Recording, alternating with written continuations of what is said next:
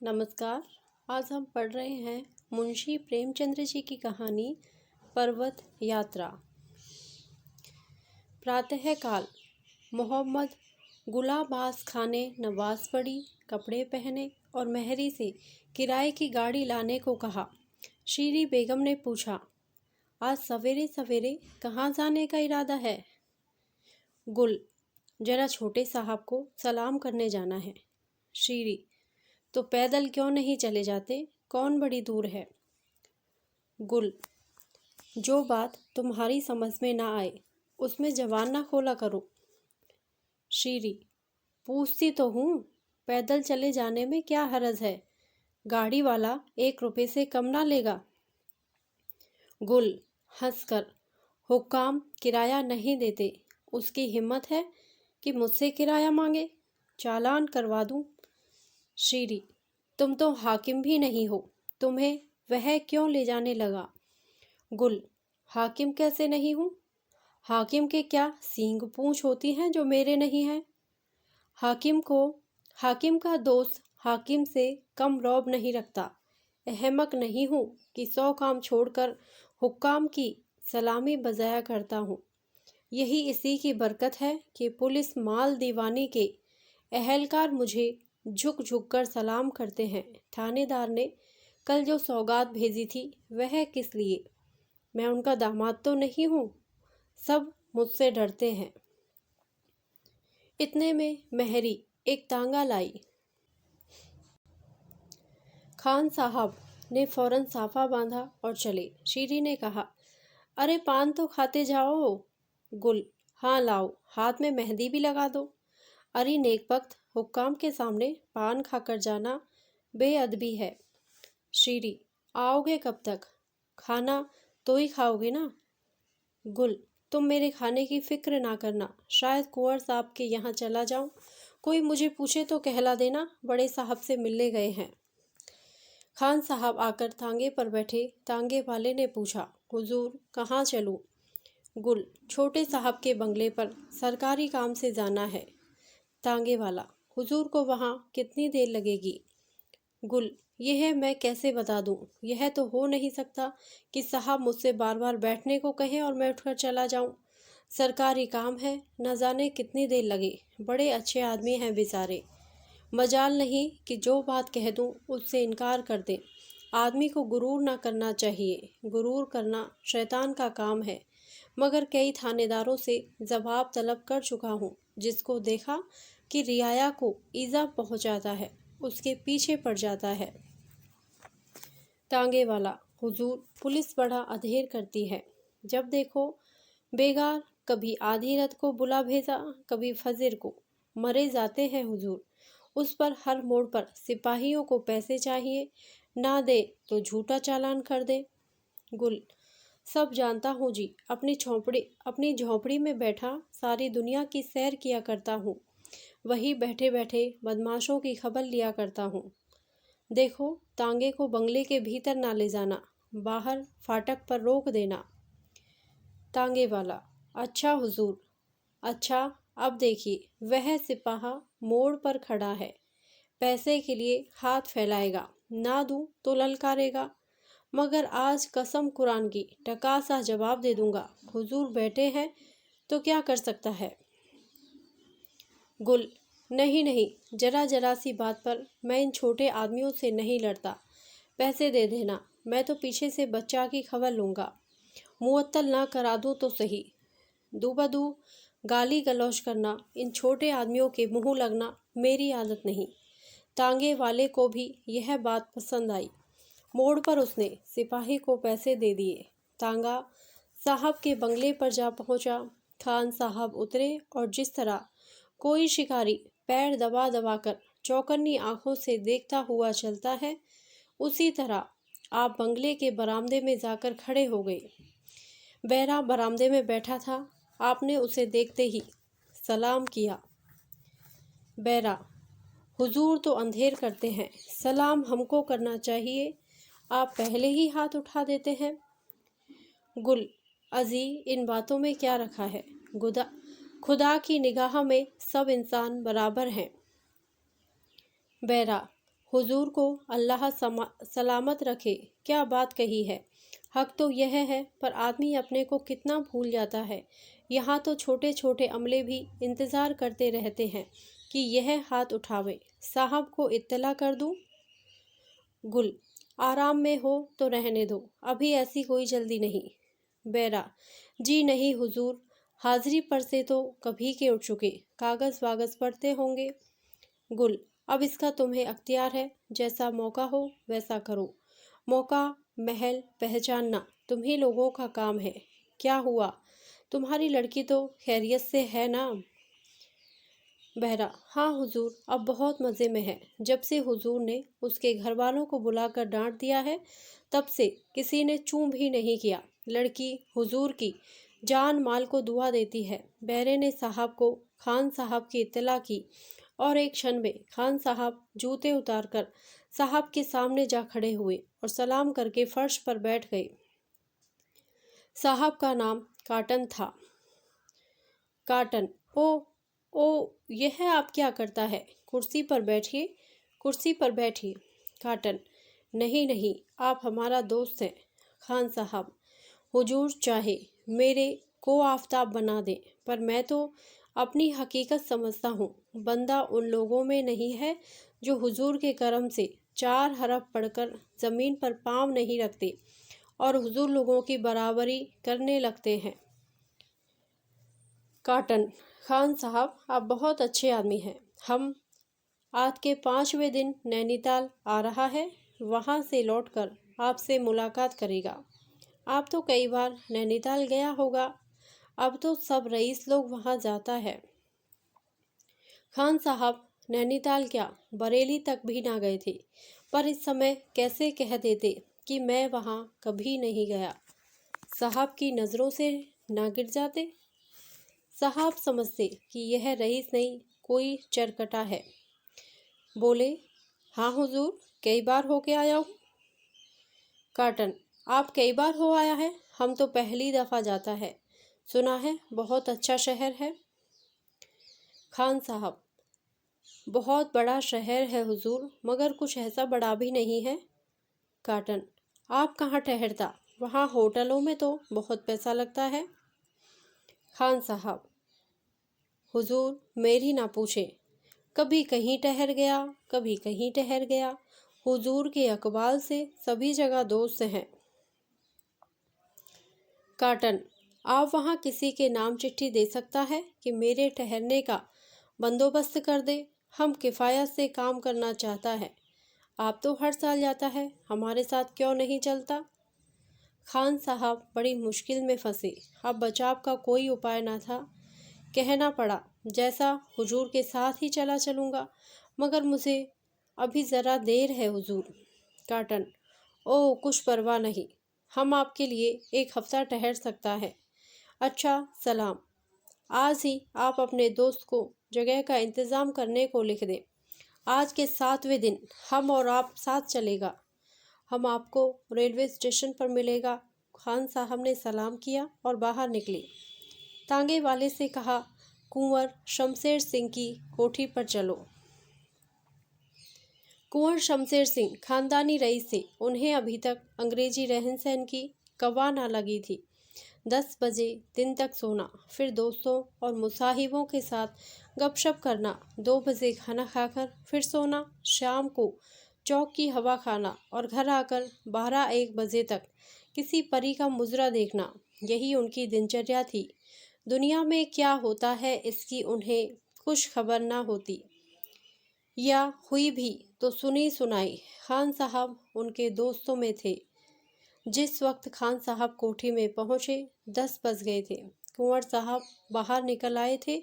मित्रगण जमा थे। खान साहब को देखते ही कुंवर साहब ने पूछा, कहिए खान साहब, किधर से? खान साहब, जरा साहब से मिलने गया था। कई दिन बुला बुला भेजा, मगर फुर्सत ही ना मिलती थी। आज उनका आदमी ज़बरदस्ती खींच ले गया। क्या करता, जाना ही पड़ा। कहाँ तक बेरुखी करूँ? कुंवर, यार तुम ना जाने अफसरों पर क्या जादू कर देते हो कि जो आता है तुम्हारा दम भरने लगता है। मुझे वह मंत्र क्यों नहीं सिखा देते? खान साहब, मुझे खुद ही नहीं मालूम कि क्यों हुक्काम मुझ पर इतने मेहरबान रहते हैं।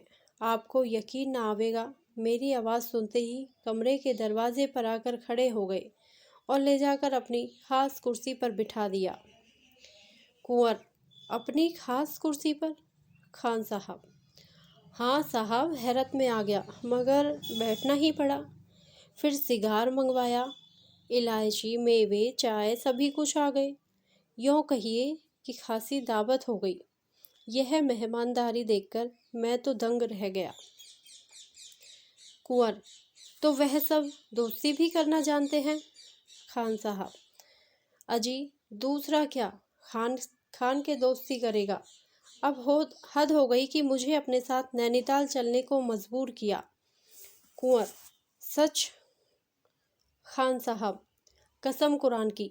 हैरान था कि क्या जवाब दूं, मगर जब देखा कि किसी तरह नहीं मानते तो वादा करना ही पड़ा। आज ही के दिन कूच है। कुंवर, क्यों यार, मैं भी चला चलूं तो क्या हरज है? खान साहब, सुभान अल्लाह, इससे बढ़कर क्या बात होगी? कुंवर साहब, भाई लोग तरह तरह की बातें करते हैं, इससे जाते डर लगता है। आप तो हो आए होंगे? खान साहब, कई बार हो आया हूँ, हाँ इधर कई साल से नहीं गया। कुंवर, क्यों साहब, पहाड़ों पर चढ़ते चढ़ते दम फूल जाता होगा।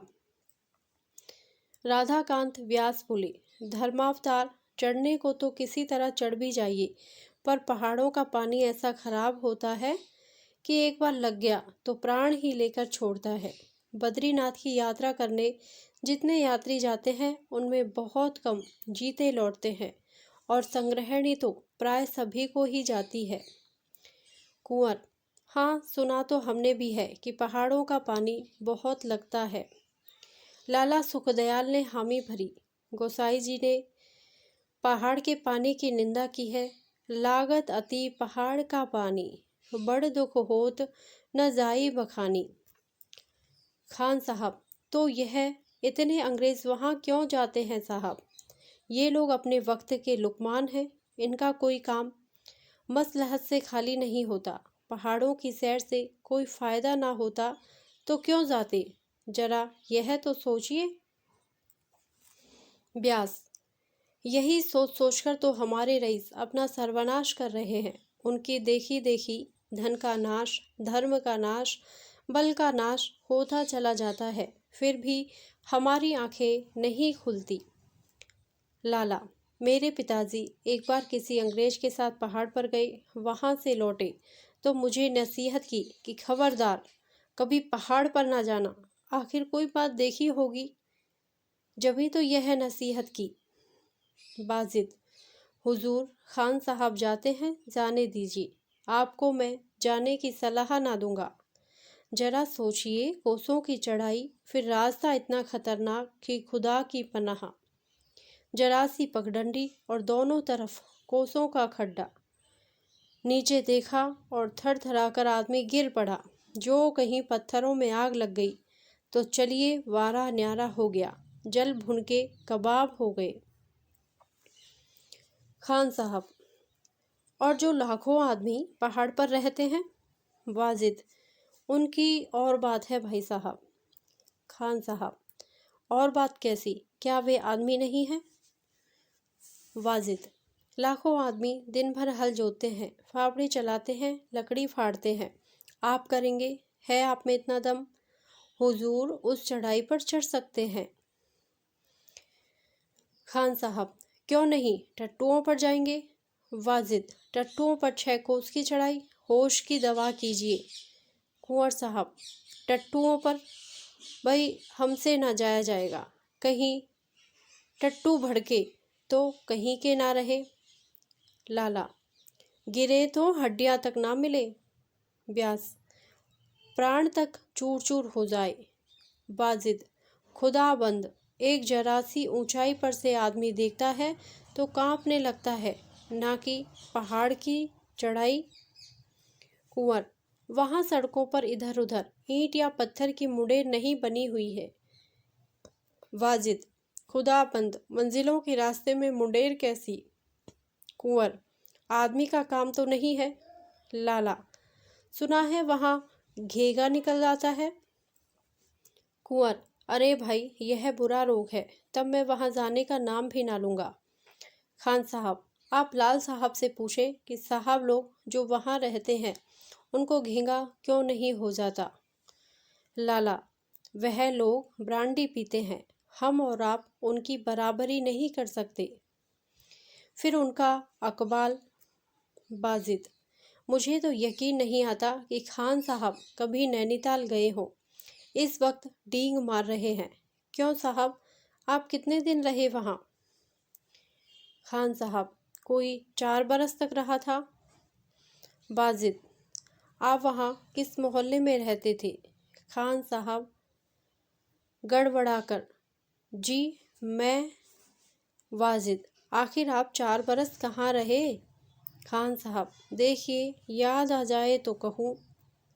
वाजिद, जाइए भी, नैनीताल की सूरत तो देखी नहीं, गप हाँक दी कि वहाँ 4 बरस तक रहे। खान साहब, अच्छा साहब, आप ही का कहना सही, मैं कभी नैनीताल नहीं गया। बस अब तो आप खुश हो। कुंवर, आखिर आप क्यों नहीं बता देते कि नैनीताल में आप कहाँ ठहरे थे? बाजिद, कभी गए हो तब बताएं। खान साहब, कह तो दिया कि मैं नहीं गया, चलिए छुट्टी हुई। अब आप फरमाइए कुंवर साहब, आपको चलना है या नहीं? ये लोग जो कहते हैं सब ठीक है, वहाँ घेंगा निकल आता है, वहाँ का पानी इतना ख़राब है कि खाना बिल्कुल हजम नहीं होता। वहाँ हर रोज़ 10-5 आदमी खड्डों में गिरा करते हैं।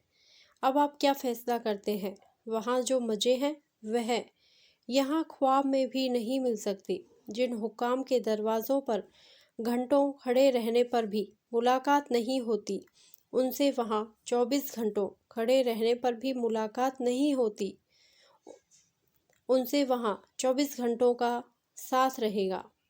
मिसों के साथ झील में सैर करने का मज़ा अगर मिल सकता है तो वहीं। अजी, सैकड़ों अंग्रेज़ों से दोस्ती हो जाएगी। 3 महीने वहाँ रहकर आप इतना नाम हासिल कर सकते हैं जितना यहाँ ज़िंदगी भर भी ना होगा। बस और क्या कहूँ। कुंवर, वहाँ बड़े बड़े अंग्रेज़ों से मुलाकात हो जाएगी। खान साहब, जनाब दावतों के मारे आपको दम मारने की मोहलत ना मिलेगी। कुंवर, जी तो चाहता है कि एक बार देख ही आए। खान, तो बस तैयारी कीजिए। सभाजन ने जब देखा कि कुंवर साहब नैनीताल जाने के लिए तैयार हो गए तो सब के सब हाँ में हाँ मिलाने लगे। व्यास, पर्वत कंदराओं में कभी कभी योगियों के दर्शन हो जाते हैं। लाला, हाँ साहब, सुना है 2-2 साल के योगी वहाँ मिल जाते हैं। जिसकी ओरहा एक बार आंख उठाकर देख लिया उसे चारों पदार्थ मिल गए। वाजिद, मगर हुजूर चले तो इस ठाठ से चले कि वहाँ के लोग भी कहें कि लखनऊ के कोई रईस आए हैं। लाला, लक्ष्मी हथिनी को ज़रूर ले चलिए, वहाँ कभी किसी ने हाथी की सूरत काहे को देखी होगी। जब सरकार सवार होकर निकलेंगे और गंगा जमुनी हौदा चमकेगा तो लोग दंग हो जाएंगे। व्यास, एक डंका भी हो तो क्या पूछना। कुंवर, नहीं साहब, मेरी सलाह डंके की नहीं है, देश देखकर भेष बनाना चाहिए। लाला, हाँ, डंके की सलाह तो मेरी भी नहीं है, पर हाथी के गले में घंटा ज़रूर हो। खान, जब तक वहाँ किसी दोस्त को तार दे दीजिए एक कि पूरा बंगला ठीक कर रखे, छोटे साहब को भी उसी में ठहरा लेंगे। कुंवर, वह हमारे साथ क्यों ठहरने लगे, अफसर हैं। खान साहब, उनको लाने का जिम्मा हमारा, खींच खींच कर किसी न किसी तरह ले ही आऊँगा। कुंवर, अगर उनके साथ ठहरने का मौका मिले तब तो मैं समझूं नैनीताल का जाना पारस हो गया। 1 हफ्ता गुजर गया, सफ़र की तैयारियां हो गई। प्रातःकाल काटन साहब का खत आया कि आप हमारे यहाँ आएंगे या मुझसे स्टेशन पर मिलेंगे। कुंवर साहब ने जवाब लिखवाया कि आप इधर ही आ जाइएगा, स्टेशन का रास्ता इसी तरफ से है, मैं तैयार रहूँगा। यह खत लिखवाकर कुंवर साहब अंदर गए तो देखा कि उनकी बड़ी साली रामेश्वरी देवी बैठी हुई है। उन्हें देखकर बोली, क्या आप सचमुच नैनीताल जा रहे हैं? कुंवर, जी हाँ, आज रात की तैयारी है। रामेश्वरी, अरे आज ही रात को? यह नहीं हो सकता, कल बच्चा का मुंडन है, मैं एक ना मानूंगी। आप ही ना होगे तो लोग आकर क्या करेंगे? कुंवर, तो आपने पहले ही क्यों ना कहला दिया? पहले से मालूम होता तो मैं कल जाने का इरादा ही क्यों करता? रामेश्वरी, तो इसमें लाचारी की कौन सी बात है? कल ना सही, 2-4 दिन बाद सही। कुंवर साहब की पत्नी सुशीला देवी बोली, हाँ और क्या, 2-4 दिन बाद ही जाना। क्या साइड टली है? कुंवर, आहा, छोटे साहब से वादा कर चुका हूँ, वह रात ही को मुझे लेने आएंगे। आखिर वह अपने दिल में क्या कहेंगे? रामेश्वरी, ऐसे वैसे वादे हुआ ही करते हैं, छोटे साहब के हाथ कुछ बिक तो गए नहीं हो। कुंवर, मैं क्या कहूँ कि कितना मजबूर हूँ, बहुत लज्जित होना पड़ेगा। रामेश्वरी, तो गया जो कुछ है वो छोटे साहब ही हैं, मैं कुछ नहीं। कुंवर, आखिर साहब से क्या कहूँ, कौन बहाना करूँ? रामेश्वरी, कह दो कि हमारे भतीजे का मुंडन है, हम 1 सप्ताह तक नहीं चल सकते, बस छुट्टी हुई। कुंवर हंसकर, कितना आसान कर दिया है आपने इस समस्या को, ऐसा हो सकता है कहीं कहीं मुंह दिखाने लायक ना रहूँगा। सुशीला, क्यों, हो सकने को क्या हुआ, तुम उसके गुलाम तो नहीं हो? कुंवर, तुम लोग बाहर तो निकलती बैठती नहीं हो, तुम्हें क्या मालूम कि अंग्रेजों के विचार कैसे होते हैं? रामेश्वरी, अरे भगवान, आखिर उसके कोई लड़का वाला है या निगोड़ा नाठा है? त्योहार और व्यवहार हिंदू मुसलमान सबके यहाँ होते हैं। कुंवर, भाई हमसे कुछ करते धरते नहीं बनता।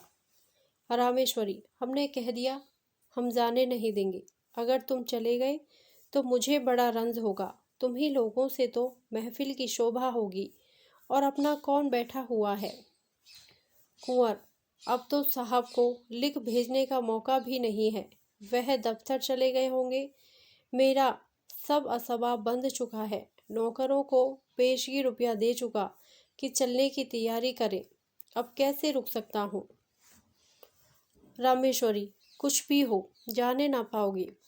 सुशीला, 2-4 दिन बाद जाने में ऐसी कौन सी बड़ी हानि हुई जाती है, वहाँ कौन लड्डू धरे हुए हैं? कुंवर साहब बड़े धर्म संकट में पड़े, अगर नहीं जाते तो छोटे साहब से झूठे पड़ते हैं, वह अपने दिल में कहेंगे कि अच्छे बेहुदे आदमी के साथ पाला पड़ा, और अगर जाते हैं तो स्त्री से बिगाड़ होती है, साली मुंह फुलाती है। इसी चक्कर में पड़े हुए बाहर आए तो मियाँ वाजिद बोले, हुजूर इस वक्त कुछ उदास मालूम होते हैं। ब्यास, मुद्रा तेजहीन हो गई है। कुंवर, भाई कुछ ना पूछो, बड़े संकट में हूँ। वाजिद, क्या हुआ हुजूर, कुछ फरमाइए तो। कुंवर, यह भी एक विचित्र देश है। व्यास, धर्मावतार प्राचीन काल से यह ऋषियों की तपोभूमि है। लाला, क्या कहना है, संसार में ऐसा देश दूसरा नहीं। कुंवर, जी हाँ, आप जैसे गोखे और किस देश में होंगे, बुद्धि तो हम लोगों को भी छू नहीं गई। वाजिद, हुजूर अकल के पीछे तो हम लोग लठ लिए फिरते हैं। व्यास, धर्मावतार कुछ कहते नहीं बनता, बड़ी हीन दशा है। कुंवर, नैनीताल जाने को तैयार हुआ था, अब बड़ी साली कहती है कि मेरे बच्चे का मुंडन है, मैं ना जाने दूंगी। चले जाओगे तो मुझे रंज होगा। बताइए अब क्या करूं, ऐसी मूर्खता और कहाँ देखने में आएगी। पूछो, मुंडन ना ही करेगा, नाच तमाशा देखने वालों की शहर में कमी नहीं। एक मैं ना रहूँगा ना सही, मगर उनको कौन समझाए। व्यास, दीनबंधु नारी हट तो लोक प्रसिद्ध ही है। कुंवर, अब यह सोचिए कि छोटे साहब से क्या बहाना किया जाएगा। वाजिद, बड़ा नाजुक मुआमला पड़ा हुजूर। लाला, हाकिम का नाराज हो जाना बुरा है। वाजिद, हाकिम मिट्टी का भी हो फिर भी हाकिम ही है। कुंवर, मैं तो बड़ी मुसीबत में फंस गया। लाला, हुजूर अब बाहर ना बैठे, मेरी तो यही सलाह है, जो कुछ सिर पर पड़ेगी हम ओढ़ लेंगे। वाजिद, अजीब पसीने की जगह खून गिरा देंगे, नमक खाया है कि दिल लगी है। लाला, हाँ मुझे भी यही मुनासिब मालूम होता है। आप लोग कह दीजिए बीमार हो गए हैं। अभी यही बातें हो रही थी कि खिदमतगार ने आकर हाँफते हुए कहा, सरकार को आया है। कौन सरकार का बुलावत है? कुंवर, कौन है पूछा नहीं? खिदमतगार, को रंगरेज है सरकार, लाल लाल मुंह है, घोड़ा पर सवार है। कुंवर, कहीं छोटे साहब तो नहीं है? भाई मैं तो भीतर जाता हूँ, अब आबरू तुम्हारे हाथ है। कुंवर साहब ने तो भीतर घुसकर दरवाज़ा बंद कर लिया। बाजिद अली ने खिड़की से झांक कर देखा तो छोटे साहब खड़े थे। हाथ पांव फूल गए। अब साहब के सामने कौन जाए, किसी की हिम्मत नहीं पड़ती, एक दूसरे को ठेल रहा है। लाला, बढ़ जाओ बाजिद अली, देखो क्या कहते हैं। बाजिद, आप ही क्यों नहीं चले जाते? लाला, आदमी ही तो वह भी है, कुछ खा तो ना जाएगा। बाजिद, तो चले क्यों नहीं जाते? कार्टन साहब 2-3 मिनट खड़े रहे। अब यहाँ से कोई ना निकला तो बिगड़ कर बोले, यहाँ कौन आदमी है? कुंवर साहब से बोलो कॉटन साहब खड़ा है। मियाँ बाजिद बौखलाए हुए आगे बढ़े और हाथ बांध कर बोले, खुदाबंद, कुंवर साहब ने आज बहुत देर से खाना खाया तो तबीयत कुछ भारी हो गई है, इस वक्त आराम में है, बाहर नहीं आ सकती। कार्टन, ओहो, तुम यह क्या बोलता है? वह तो हमारे साथ नैनीताल जाने वाला था, उसने हमको खत लिखा था। वाजिद, हाँ हुजूर, जाने वाले तो थे पर बीमार हो गए हैं। कॉटन, बहुत रंज हुआ। वाजिद, हुजूर इत्तेफाक है। कॉटन, हमको बहुत अफसोस है, कुंवर साहब से जाकर बोलो हम उनको देखना मांगता है। वाजिद, हुजूर बाहर नहीं आ सकती। कॉटन, कुछ परवाह नहीं, हम अंदर जाकर देखेंगे। कुंवर साहब दरवाजे से चिमटे हुए काटन साहब की बातें सुन रहे थे। नीचे की सांस नीचे और ऊपर की ऊपर। काटन साहब को घोड़े से उतरकर दरवाजे की तरफ आते देखा तो गिरते पड़ते दौड़े और सुशीला से बोले, दुष्टू मुझे देखने घर में आ रहा है, मैं चारपाई पर लेट जाता हूँ, चटपट लिहाफ निकलवाओ और मुझे उड़ा दो, 10-5 शीशियाँ लाकर इस गोलमेज पर रखवा दो। इतने में वाजिद अली ने द्वार खटखटाकर कहा, मेहरी दरवाज़ा खोल दो, साहब बहादुर कुंवर साहब को देखना चाहते हैं। सुशीला ने लिहाफ मांगा पर गर्मी के दिन थे, जाड़े के कपड़े संदूकों में बंद पड़े थे। चटपट संदूक खोलकर 2-3 मोटे मोटे लिहाफ लाकर कुंवर साहब को उड़ा दिए। फिर अलमारी से कई शीशियाँ और कई बोतल निकालकर मेज़ पर चुन दिए और मेहरी से कहा, जाकर किवाड़ खोल दो, मैं ऊपर चली जाती हूँ। कॉटन साहब ज्यों ही कमरे में पहुँचे, कुंवर साहब ने लिहाफ से मुंह निकाल लिया और कराहते हुए बोले, बड़ा कष्ट है हुजूर, सारा शरीर फूका जाता है। कॉटन, आज दोपहर तक तो अच्छा था, खान साहब हमसे कहता था कि आप तैयार हैं, कहाँ दर्द है? कुंवर, हुजूर पेट में बहुत दर्द है, बस यही मालूम होता है कि दम निकल जाएगा। कॉटन, हम जाकर सिविल सर्जन को भेज देता है, वह पेट का दर्द अभी अच्छा कर देगा, आप घबराएं नहीं, सिविल सर्जन हमारा दोस्त है। कॉटन चला गया तो कुंवर साहब फिर बाहर आ बैठे। रोजा बख्शाने गए थे, नमाज गले पड़ी। अब यह फिक्र पैदा हुई कि सिविल सर्जन को कैसे टाला जाए। कुंवर, भाई यह तो नई बला गले पड़ी। वाजिद, कोई जाकर खान साहब को बुला लाओ, कहना अभी चलिए, ऐसा ना हो कि वह देर करे और सिविल सर्जन यहाँ सिर पर सवार हो जाए। लाला, सिविल सर्जन की फीस भी बहुत होगी। कुंवर, अजी तुम्हें फीस की पड़ी है, यहाँ जान आफत में है, अगर 100-200 देकर गला छूट जाए तो अपने को भाग्यवान समझूं। वाजिद अली ने फिटन तैयार करवाई और खान साहब के घर पहुँचे। देखा तो वे असबाब बंधवा रहे हैं। उनसे सारा किस्सा बयान किया और कहा, अभी चलिए, आपको बुलाया है। खान साहब, मामला बहुत टेढ़ा है, बड़ी दौड़ धूप करनी पड़ेगी। कसम खुदा की, तुम सबके सब गर्दन मार देने के लायक हो। जरा सी देर के लिए मैं टल क्या गया कि सारा खेल ही बिगाड़ दिया। वाजिद, खान साहब, हमसे तो उड़िए नहीं। कुंवर साहब बौखलाए हुए हैं। 200-400 का वारा न्यारा है, चलकर सिविल सर्जन को मना कर दीजिए। खान साहब, चलो, शायद कोई तरकीब सूझ जाए।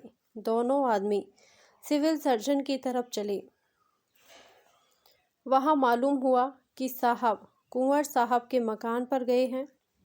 फौरन फिटन घुमा दी और कुंवर साहब की कोठी पर पहुँचे। देखा तो सर्जन साहब एनेमा लिए हुए कुंवर साहब की चारपाई के सामने बैठे हुए हैं। खान साहब, मैं तो हुजूर के बंगले से चला आ रहा हूँ। कुंवर साहब का क्या हाल है? डॉक्टर, पेट में दर्द है, अभी पिचकारी लगाने से अच्छा हो जाएगा। कुंवर, हुजूर, अब दर्द बिल्कुल नहीं है। मुझे कभी कभी यह मर्ज हो जाता है और आप अच्छा हो जाता है। डॉक्टर, ओ, आप डरता है। डरने की कोई बात नहीं है, आप 1 मिनट में अच्छा हो जाएगा। कुंवर, हुजूर, मैं बिल्कुल अच्छा हूँ, अब कोई शिकायत नहीं है। डॉक्टर, डरने की कोई बात नहीं, यह सब आदमी यहाँ से हट जाए, हम 1 मिनट में अच्छा कर देगा। खान साहब ने डॉक्टर से कान में कहा, हुजूर, अपनी रात की डबल फीस और गाड़ी का किराया लेकर चले जाएं। इन रईसों के फेर में ना पड़ें। ये लोग 12 महीने इसी तरह बीमार रहते हैं, 1 हफ्ते तक आकर देख लिया कीजिए।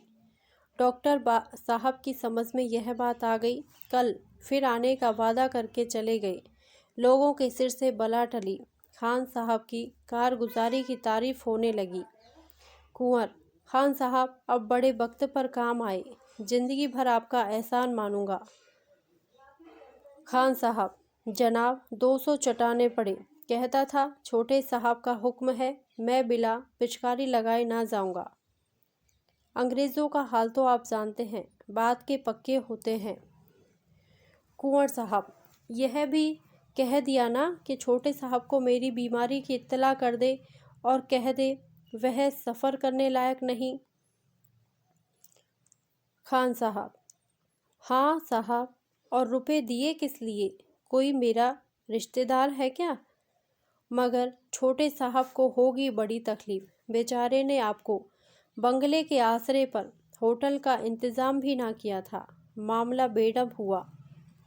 कुंवर, तो भाई मैं क्या करता, आप ही सोचिए। खान साहब, यह चाल उल्टी पड़ी। जिस वक्त कॉटन साहब यहाँ आए थे, आपको उनसे मिलना चाहिए था। साफ कह देते, आज एक सख्त ज़रूरत से रुकना पड़ा, लेकिन खैर, मैं साहब के साथ रहूँगा, कोई ना कोई इंतज़ाम हो ही जाएगा। कुंवर, क्या अभी आप जाने का इरादा कर ही रहे हो? हलफ से कहता हूँ, मैं आपको ना जाने दूँगा। यहाँ ना जाने कैसी पड़े। मियाँ वाजिद देखो, आपको घर कहला दो, 12 ना जाएंगे। खान साहब, आप अपने साथ मुझे भी डुबाना चाहते हैं? छोटे साहब आपसे नाराज़ भी हो जाएं तो क्या कर लेंगे, लेकिन मुझसे नाराज़ हो गए तो ख़राब ही कर डालेंगे। कुंवर साहब, जब तक हम जिंदा हैं भाई साहब, आपको कोई तिरछी नज़र से नहीं देख सकता। जाकर छोटे साहब से कहिए, कुंवर साहब की हालत अच्छी नहीं, मैं अब नहीं जा सकता। इसमें मेरी तरफ से भी उनका दिल साफ हो जाएगा और आपकी दोस्ती देखकर आपकी और इज्जत करने लगेगा। खान साहब, अब वह इज्जत करे या ना करे, जब आप इतना इसरार कर रहे हैं तो मैं भी इतना बेमुरौवत नहीं हूँ कि आपको छोड़कर चला जाऊँ। यह तो हो नहीं सकता। जरा देर के लिए घर चला गया। उसका तो इतना तावान देना पड़ा, नैनीताल चला जाऊं तो शायद कोई आपको उठा ही ले जाए। कुंवर, मजे से 2-4 दिन जलसे देखेंगे। नैनीताल में यह मज़े कहाँ मिलते। ब्यास जी, अब तो यों नहीं बैठा जाता। देखिए आपके भंडार में कुछ है, 2-4 बोतलें निकालिए, कुछ रंग जमे। धन्यवाद। यदि आपको यह कहानी अच्छी लगी हो तो प्लीज़ मेरे वीडियो को लाइक करें, शेयर करें और मेरे चैनल को सब्सक्राइब करें। Thank you.